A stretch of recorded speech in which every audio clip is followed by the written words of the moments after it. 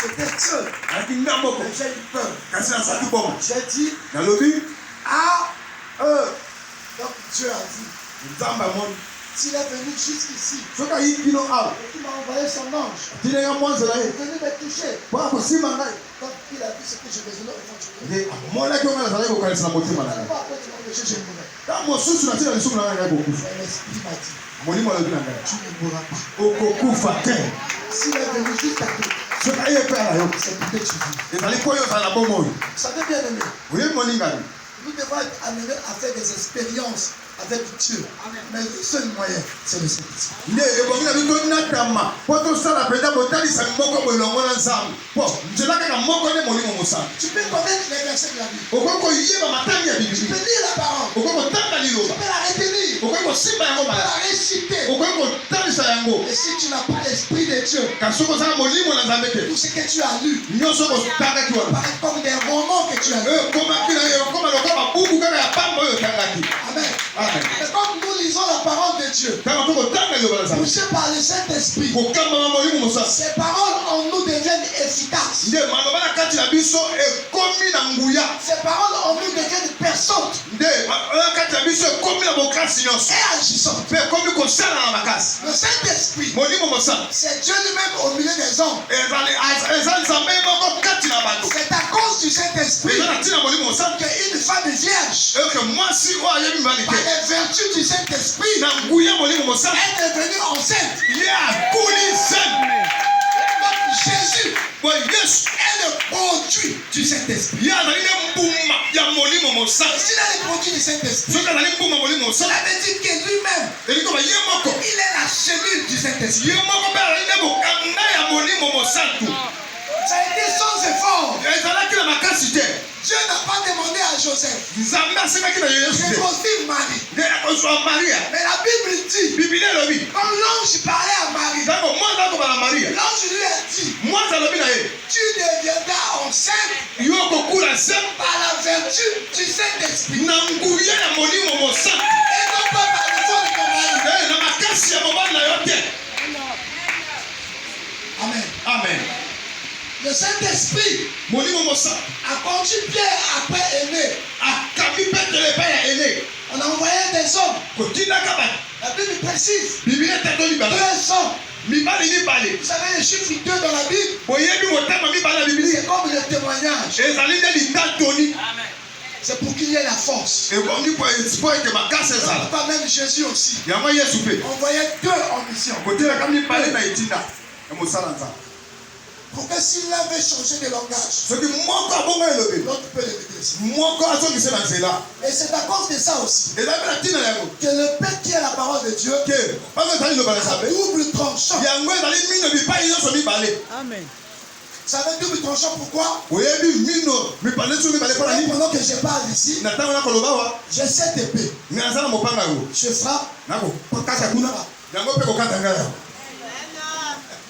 betela nzambe maboko yesu aza malamu.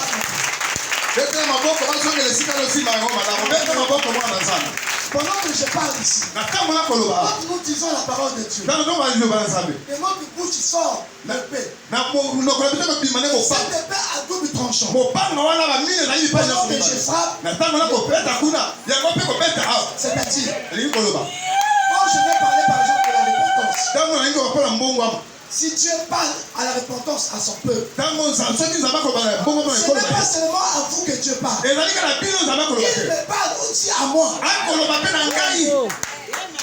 Ah, Si c'est des reproches, soki ezali pamela c'est de part et d'autre. ezali mpe na bino na ngai mpe awa Bongo. simba yango malamu. Amen. amen. Et l'épée à double tranchant, mopanga ya mino mibale une fois que ça perce, na ntango yango ekoti ça a la possibilité d'avancer. ezali na bakoki ya kopusana kokende mosika.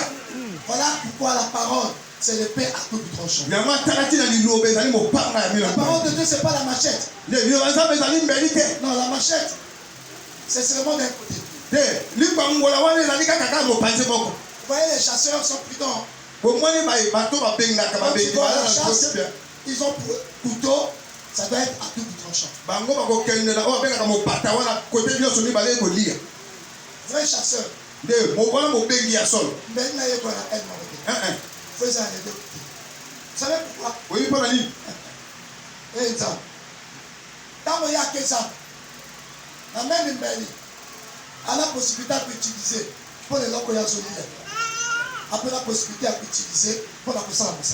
Amen. C'est comme ça que c'est la parole. La parole de Dieu est comme le produit pour ta subsistance et les produits aussi de travail. Amen. Voilà pourquoi Dieu a prévu double tranchant. Yangwana sama publicité. Bon, pas mal minomi parler. Amen. Amen. Alors Pierre est descendu. Pételo akiti. Quand il arrive cette fois-ci à Joppé. Dama combien bana na Joppé. À Joppé. Ce n'est pas un homme paralysé. Parce qu'un homme paralysé, vous pouvez lui poser la question. Il peut vous répondre. Vous pouvez lui parler. Lui demander son état. Il peut vous expliquer. Mais ici, Pierre a eu affaire à une personne qui est déjà morte.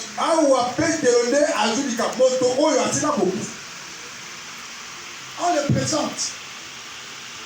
La Bible dit, le corps était placé dans une chambre haute.